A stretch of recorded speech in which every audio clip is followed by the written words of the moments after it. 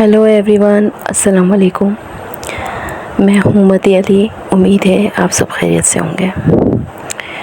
जी, तो आज काफ़ी टाइम बाद ब्लॉग बना रही हूँ और ये ब्लॉग आप लोगों के साथ शेयर कर रही हूँ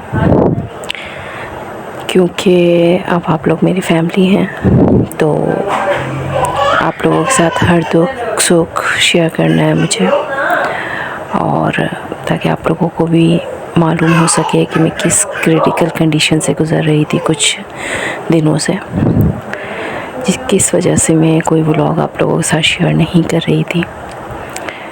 तो जगह देखकर आप लोगों को थोड़ा बहुत अंदाज़ा हो ही गया होगा कि मेरी तबीयत ठीक नहीं थी। और ये लियाकत नेशनल की वीडियो है कि मेरी तबीयत अचानक ख़राब हुई और फिर मेरे हस्बैंड और घर वाले जो भी हैं सब लोग मुझे लियाकत नेशनल हॉस्पिटल लेकर गए। वहाँ मैं एडमिट कर दी गई थी। तो 4 जून को गई थी और काफ़ी दिन तक एडमिट रही, फिर डिस्चार्ज मिल गया, फिर दोबारा तबीयत ख़राब हुई। तो 4 जून को एडमिट हुई थी और 5 जून, 6 जून, 7 जून को उन्होंने मुझे जाके डिस्चार्ज किया। तो जिस दिन मुझे डिस्चार्ज किया तो बस हॉस्पिटल से घर वापस आई हूँ और उसके बाद फिर से तबीयत ख़राब हो गई, जिसकी वजह से मुझे उसी वक्त 7 जून को ही हॉस्पिटल वापस जाना पड़ा।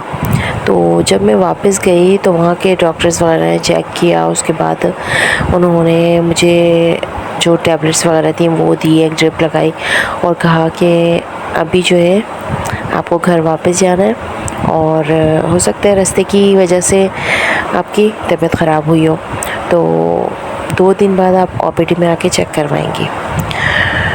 तो भाई फिर वापस हम लोग घर आए और उसके बाद उन्होंने फुल तौर पे रेस्ट बताया कि आपने ज़रा सा भी हिलना नहीं है, आपने बिल्कुल रेस्ट करना है। तो लेकिन 2 दिन बाद आपने लाजमी आकर ओपीडी में चेक करवाना है। चलो भाई, फिर हम वापस अपने घर पर आ गए। तो उसके बाद जब हम घर आए फिर 2 दिन गुज़रे, तो ये मैं आप लोगों को दिखा रही हूँ, ये देखिए।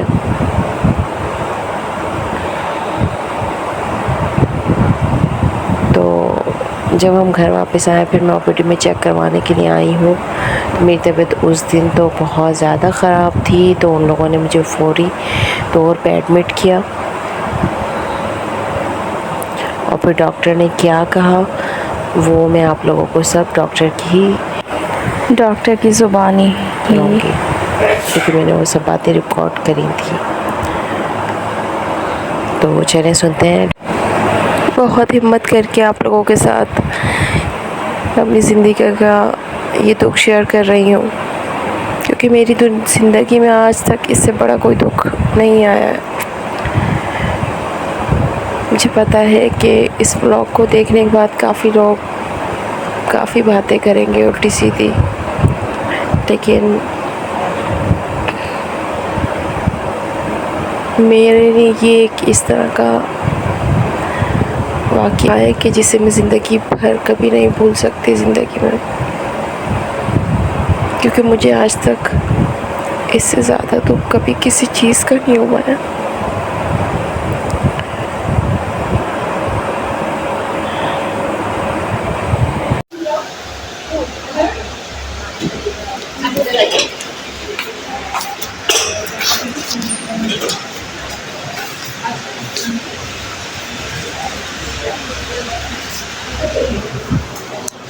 थोड़ा सा कॉम्प्लिकेटेड सिचुएशन इसके हाथ से है, ये 30 हफ्ते में पेशेंट का मुश्किल अगर मेरा वजन भी हार्डली 1 किलो है, ये 30 हफ्ता 1 किलो प्लस बच्चे के फिर पानी इज जस्ट 2.8 सेंटीमीटर, ऐसे बहुत कम है।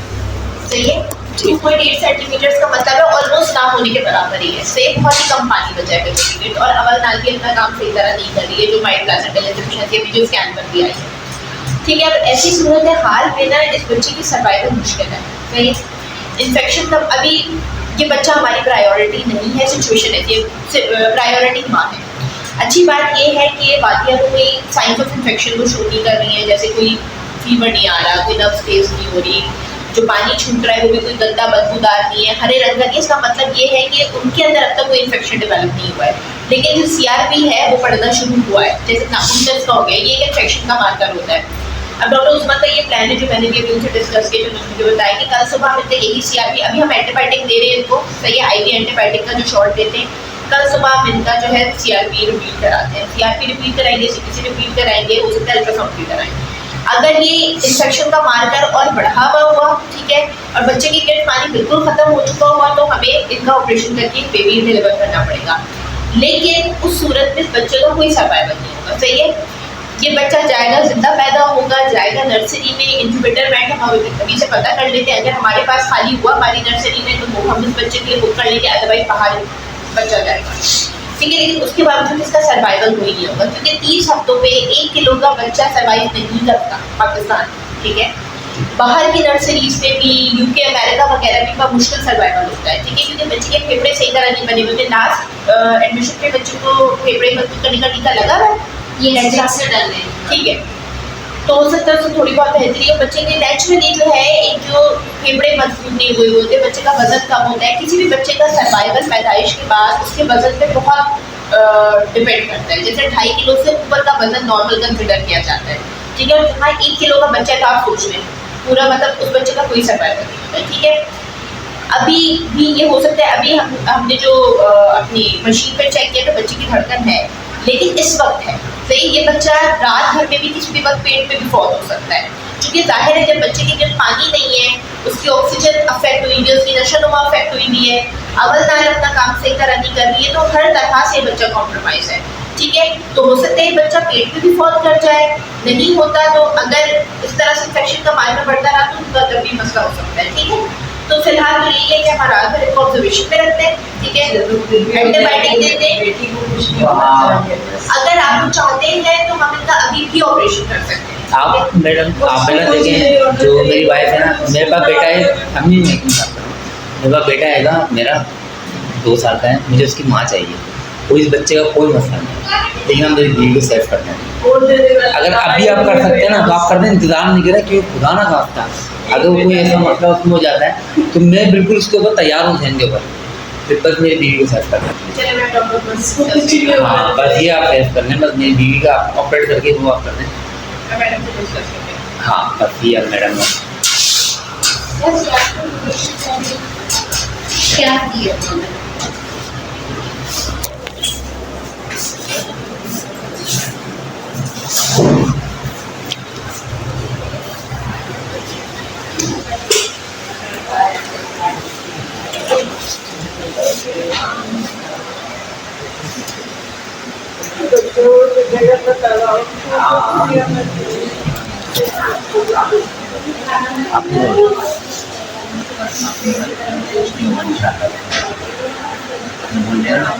परेशान हो हाँ ना, खराब हो गई तो स्ट्रॉन्ग हो जाओ, बच्चे को कुछ नहीं होगा तो इंशाल्लाह सामान ले जाओ आराम से आकर, आपकी टेंशन मुझे उनको बोल दिया, मैंने कहा अभी कर दो, अभी ऑपरेट कर दो ताकि वो सेफ हो जाए ना। इसके बाद मेरी गोद में मुस्तफ़ा को देख के अम्मी भी थोड़ा इमोशनल हो गई थी, अली भी, और मुस्तफ़ा वापस जाने के लिए तैयार नहीं था।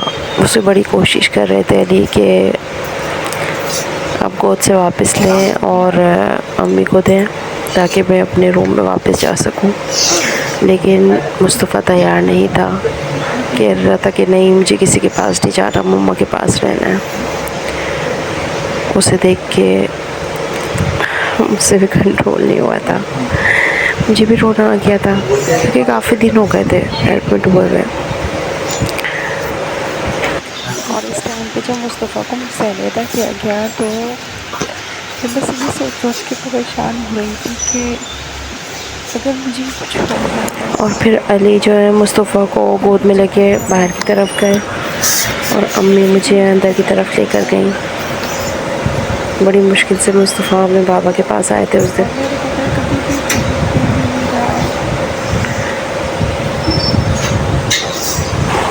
फिर अली मुस्तफ़ा को लेके बाहर गए अब्बू को दिया, मतलब कि नाना को। और यहाँ पे डॉक्टर्स ने ऑपरेट की तैयारी स्टार्ट कर दी। और ये यहाँ मेरा ऑपरेट हो चुका है, और ये ऑपरेट होने के 2 दिन बाद की वीडियो। 9:30 बजे मेरा ऑपरेट स्टार्ट हुआ था और 11:30 बजे तक ऑपरेट चला था, जिसमें मेरे एक प्यारी सी बेटी हुई। और मैं कितनी बदनसीब माँ कि मैं अपनी बच्ची का चेहरा तक नहीं देख पाई। और जब भी कोई मेरे पास अंदर आता रूम में, तो मेरा सबसे यही सवाल होता था कि मेरी बच्ची कैसी है, कहाँ है, किसकी जैसी है। लेकिन मुझे नहीं पता था कि वो अलाइव नहीं है, वो सरवाइव नहीं कर सकी। एक उम्मीद थी कि उसे कुछ नहीं होगा, क्योंकि माशाल्लाह से लास्ट टाइम तक उसकी धड़कन चल रही थी। हालांकि डॉक्टर ने बताया था कि वो 2 दिन से ज़्यादा सरवाइव नहीं कर सकेगी। मुझे ऑपरेट के बाद HDO रूम में रखा गया। वहाँ पे जो मेरी डॉक्टर थी, वो डॉक्टर आई, उन्होंने मुझे बताया कि आपकी बच्ची 2 दिन से ज़्यादा सर्वाइव नहीं कर सकेगी, क्योंकि वो बहुत वीक है। तो माशाल्लाह से उसकी धड़कन अभी तक चल रही है। अल्लाह ताला ज़िंदगी देने वाला है, तो हो सकता है कि वो सर्वाइव कर भी ले, लेकिन 6 मंथ बहुत कम होते हैं। अगर 7th मंथ कंप्लीट होते हैं कि बेबी आपके पास होती है, भी नर्सरी की भी ज़रूरत ना होती। उनका जो वेट है वो 1 kg है, मतलब कि बहुत कम है। ये मेरी बेबी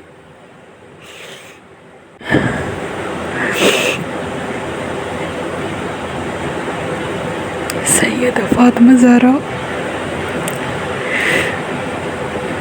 अली हसन ने इसका नाम खुद रखा, जो कि अब मौजूद नहीं है, हमारे साथ नहीं है।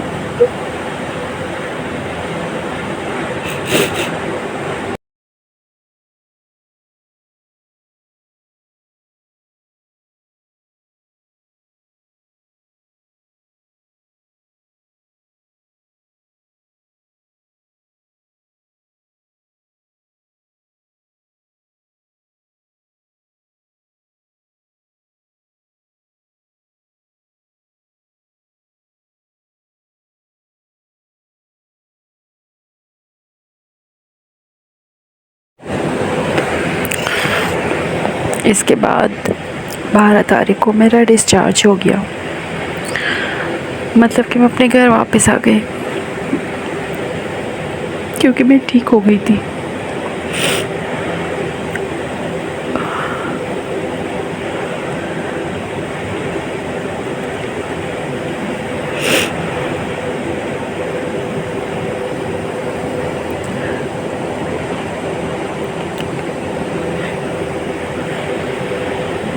लेकिन बहुत मुश्किल है।